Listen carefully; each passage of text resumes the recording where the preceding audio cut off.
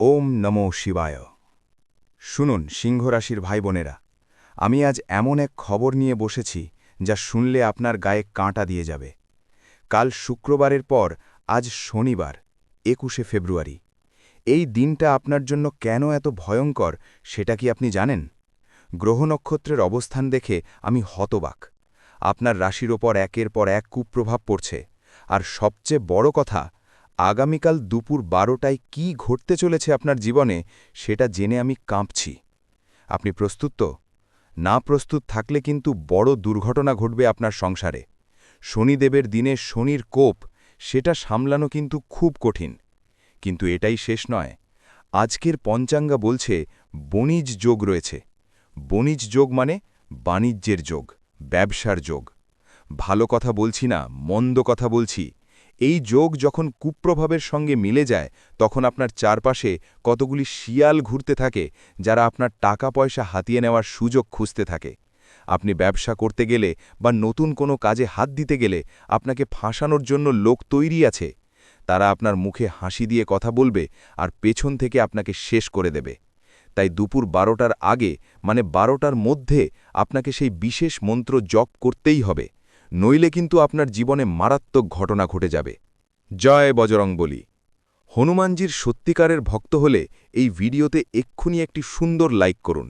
বজরংবলীর আশীর্বাদে আপনার জীবনের সব শত্রুর মুখ বন্ধ হয়ে যাবে।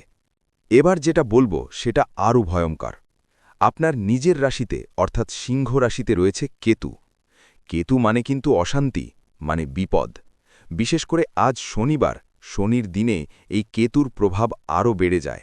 আপনার মাথায় ঘুরপাক খাচ্ছে অদ্ভুত সব চিন্তা, মন কিছু করতে চাইছে না, শরীর বলছে বসে পড়ো, অথচ কাজের চাপ তো রয়েছেই। এই অলসতাই আপনার সর্বনাশ করবে। কাল দুপুর ১২টায় এই কেতুর কুপ্রভাব এতটাই শক্তিশালী হবে যে আপনি হয়তো গুরুত্বপূর্ণ কোনো কাজ ফেলে রাখবেন, আর সেই কারণেই পরে বড় ক্ষতি হয়ে বসবে। আপনার বস আপনাকে ডেকে বকবেন, হয়তো চাকরি থেকেও বের করে দিতে পারেন। ব্যবসায় বড় ধরনের লোকসান হতে পারে। কি করবেন তখন? কান্না করবেন? কাউকে কিছু বলবেন? তখন কিন্তু কেউ শুনবে না। আরও একটা ভয়ঙ্কর খবর আছে। আপনার দাম্পত্য জীবন নিয়ে বলি। সপ্তম ভাবে রয়েছে রাহু, আর সঙ্গে রয়েছে মঙ্গল। রাহু মঙ্গলের এই ভয়ঙ্কর যোগ মানে আপনার সংসারে প্রতিদিন আগুন জ্বলবে। আপনি আর আপনার জীবনসঙ্গীর মধ্যে কথায় কথায় অশান্তি, ছোট ছোট বিষয় নিয়ে ঝগড়া। আপনি কি বলছেন উনি ঠিক উল্টো বুঝবেন, আর উনি কি বলছেন আপনি সেটা ঘৃণা ভরে শুনবেন। ধীরে ধীরে সম্পর্কের মধ্যে এত ফাটল ধরবে যে সেটা হয়তো আর কখনো মেরামত হবে না। শনির দিনে এই রাহু মঙ্গলের প্রভাব আরও ভয়াবহ আকার ধারণ করবে। দুপুর ১২টায় এমন কিছু কথা বলে বসবেন আপনি বা আপনার সঙ্গী, যা সম্পর্কের ভিত একেবারে নড়বড়ে করে দেবে। সেই কথা শুনে আপনি হতভাগ হয়ে যাবেন, কিছু বলতে পারবেন না। মা সরস্বতীর কৃপা পেতে চাইলে এক্ষুনি আমাদের চ্যানেলটি সাবস্ক্রাইব করুন। মা সরস্বতীর আশীর্বাদে আপনার বুদ্ধি ও জ্ঞান দুইই বাড়বে। কিন্তু সবচেয়ে বড় বিপদটা এখনও বাকি। শনিদেব কিন্তু একা নন। আজ শনিবার, ওনার দিনে তিনি বসে আছেন আপনার অষ্টম ভাবে। অষ্টম ভাব মানে মৃত্যুর ভাব, মানে হঠাৎ দুর্ঘটনার ভাব। অষ্টম ভাবে শনি মানে আপনার হঠাৎ করেই শরীর ভেঙে পড়তে পারে। এমনও হতে পারে দুপুর ১২টায় আপনি রাস্তা দিয়ে হাঁটছেন আর হঠাৎ করেই পিছন থেকে একটা গাড়ি এসে ধাক্কা মারল, বা বাস থেকে নামার সময় পা পিছলে পড়ে গেলেন। আরও বড় কথা, পেটের অসুখ, হার্নিয়া, অ্যাপেন্ডিক্সের সমস্যা হঠাৎ করেই মাথা চাড়া দিয়ে উঠতে পারে। আপনার বস হয়তো ডেকে পাঠালেন গুরুত্বপূর্ণ মিটিংয়ে, আপনি গেলেন না, অজুহাত দেখালেন অসুস্থতার। এই অসুস্থতাই আপনার কেরিয়ারের শেষ হয়ে দাঁড়াবে। আপনার সঙ্গী কিছু বললেন, আপনি শুনলেন না, মন দিলেন না। এই অবহেলাই আপনার সংসার ভেঙে দেবে। এখন প্রশ্ন হল, এই এত বিপদ থেকে বাঁচবেন কিভাবে? কাল দুপুর ১২টায় কি করবেন? আমি আপনাকে ছেড়ে দেব না, আমি বলছি কিভাবে বাঁচবেন।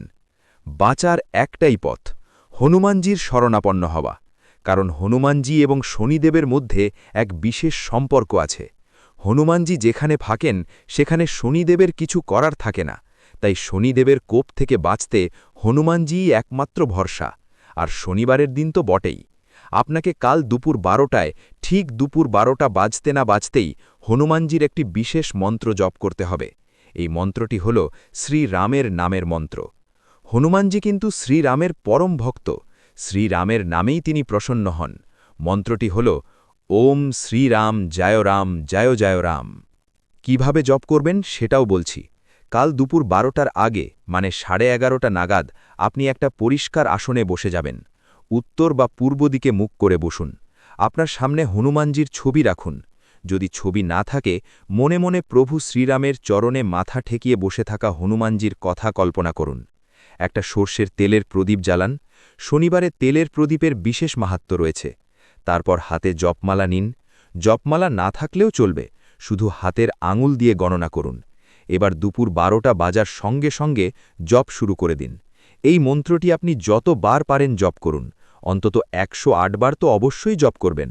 মনে রাখবেন, যত বেশি জপ করবেন তত শনি ও কেতুর কুপ্রভাব কমবে। জপ করার সময় হনুমানজির ওপর আপনার মন স্থির রাখুন। দেখবেন আপনার শরীরে এক অদ্ভুত শক্তি আসবে, ভয় কেটে যাবে। এই কথা শুনে ভিডিওটিতে একটি সুন্দর লাইক করে কমেন্ট বক্সে সত্যিকারের মন থেকে জয় শ্রীরাম অবশ্যই লিখে দিন। প্রভু শ্রীরামের কৃপায় আপনার জীবনের সব বিপদ কেটে যাবে। আরও একটা কাজ করবেন, মন্ত্রজপ শেষে হনুমানজিকে কিছু নিবেদন করবেন। যদি পারেন, লাল চন্দন বা সিঁদুর অর্পণ করুন। লাল রং হনুমানজির অত্যন্ত প্রিয়।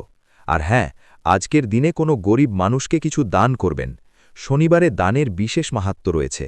কিছু খাবার বা টাকা পয়সা দান করুন। এতে শনিদেবও প্রসন্ন হবেন। আপনার পাপের ঘোড়া থেকে কিছু পাপ কমবে। আমি আপনাকে সাবধান করে দিয়েছি, কাল দুপুর 12টার ঘটনা আপনার জীবনের মোড় ঘুরিয়ে দিতে পারে।